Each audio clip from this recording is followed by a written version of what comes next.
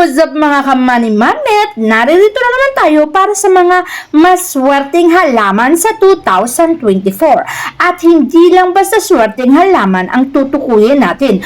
Bagkus, alamin pa natin kung saan natin dapat ilagay ang maswerteng halaman na yan.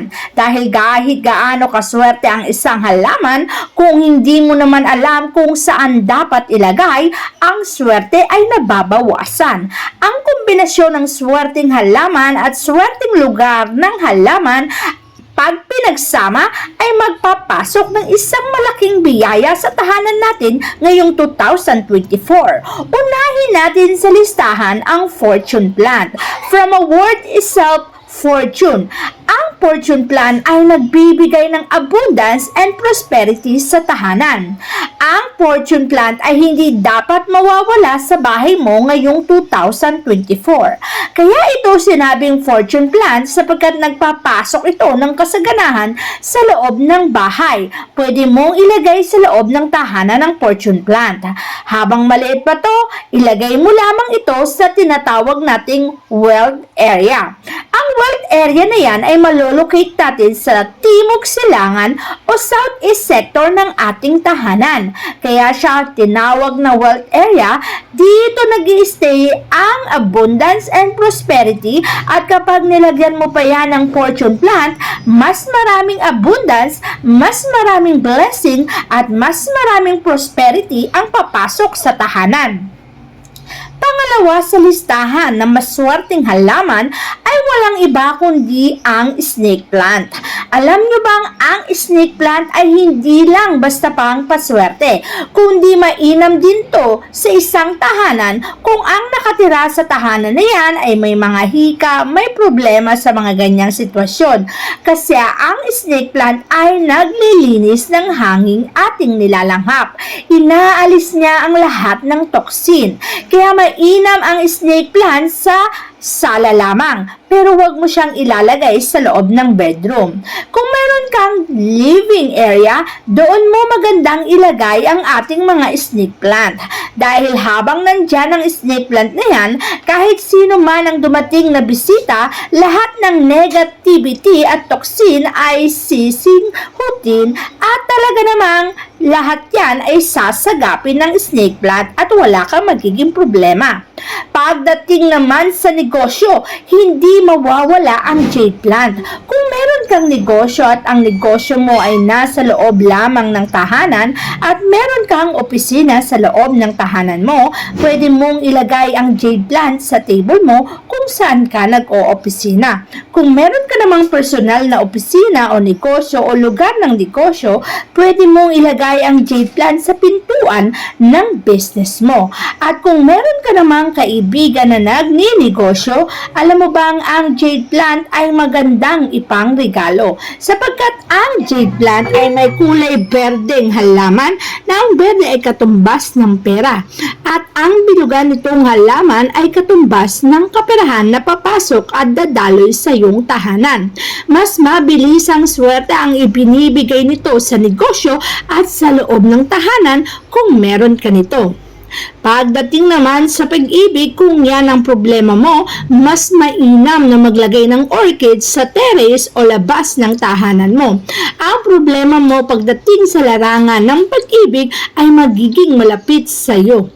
Maglagay ka nito mas marami, mas maganda at papasukin ka ng maraming mga positibong enerhiya.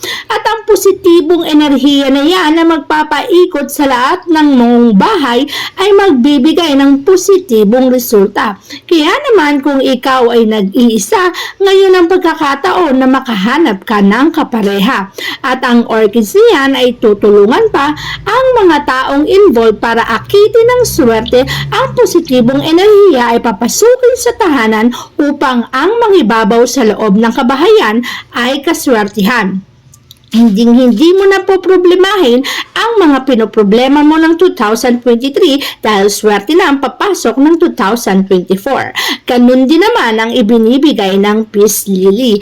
Ang Peace Lily ay malakas mag-attract ng positibong enerhiya at blessings sa tahanan. Hindi nga lamang to dapat inilalagay sa kwarto. Mas mainam ang Peace Lily ay nasa magkabila ang pintuan lamang. Sapagkat ang Peace Lily, kapag ito'y nasa magkabila ang pintuan, ay magpapasok ito ng biyaya na hindi mo inaasahan. Itong Peace Lily na to ay maswerte para sa mga taong career-oriented o yung mga taong palaging nagtatrabaho at gusto nilang magkaroon ng resulta ang ginagawa nila. Sapagkat ang Peace Lily ay maganda at malakas mag-attract ng blessing para sa mga taong masisipag at naghahangad ng tagumpay sa buhay. Makakamit nila ang tagumpay nito kasama ng Peace Lily sa loob ng bahay. At syempre, katulad ng jade plant, isa ring maswerteng halaman para sa mga nagninegosyo ay ang areca plant. Habang maliit lamang ang palm tree o areca plant, pwede pa to sa loob ng tahanan. Ngunit kapag ito ay lumaki, mas mainam na to sa labas ng bahay. Ang areca plant ay binibili at inilalagay din ng mga businessman sa kanilang mga negosyo dahil alam nila ang idinudulot na swerte nito pagdating sa kanilang negosyo. Kung ang negosyo mo ay hindi nagbo-boom, mas maglagay ka nito ng maraming areca plant at siguradong ang negosyo na yan ay dadagsain ng mamimili o maraming tao. Malakas kasi siyang mag-attract para sa mga customer ay dumayo sa pwesto mo. Kaya naman mapapansin mo na ang mga negosyante ay hindi nagpapawala ng areca palm sapagkat alam nila na ang areca palm na yan ay nagpapasok ng swerte.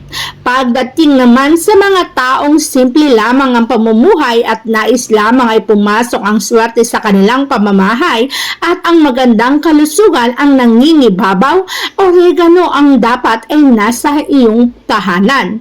Madaling itanim, madaling tumubo at madaling alagaan.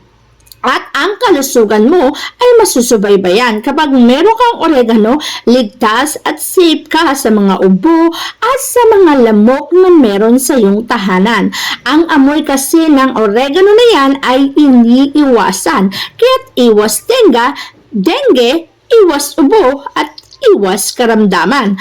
Plus, hindi nyo ba alam, ang oregano ay swerte po yan. Mas maraming oregano sa harapan ng bahay, mas marami kang maa-attract na kaswertehan.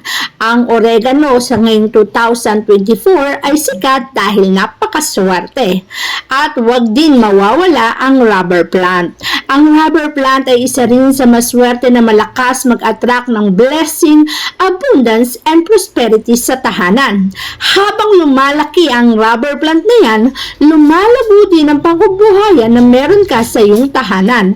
Habang lumalago ang areca plant na yan, ay mas magbibigay ito sa iyo ng walang katumbas na kasaganahan. Kaya naman ang mga tahanan na may rubber plant ay nangingibabaw ang blessing na nakukuha nila sa panghabang buhay. Lalo ngayong 2024, kapag meron ka ng mga sinabi o binanggit kong maswerteng halaman, ang kaswertihan ay papasok sa iyong tahanan, siksik-liglig at nag-uumapaw.